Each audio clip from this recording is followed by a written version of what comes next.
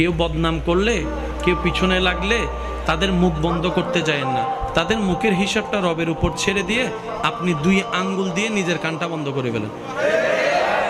আপনার সময়ও বাঁচবে, আপনার কষ্টও কম হবে, কারণ সে তো আর আজীবন বলতে থাকতে পারবে না। আজীবন আপনার কান বন্ধ করে রাখতে হবে না। এই যে আপনার বদনাম করেছে, ওয়াইলুল লিকুল্লি হুমাজাতিল লুমাজা আয়াতের মাধ্যমে সে নিজের পায়ে নিজে কুড়াল মারলো, আপনার গুনাহ সে নিয়ে আপনাকে সওয়াব দিয়ে দিল। সুবহানাল্লাহ। সেজন্য বদনামকারীকে কখনো ঘৃণা করেন না, সে আপনার আসল বন্ধু, যে আপনার গুনাহ নিয়ে নিজের সওয়াব আপনাকে খুশি মনে দিয়ে দিচ্ছে, ঠিক কিনা?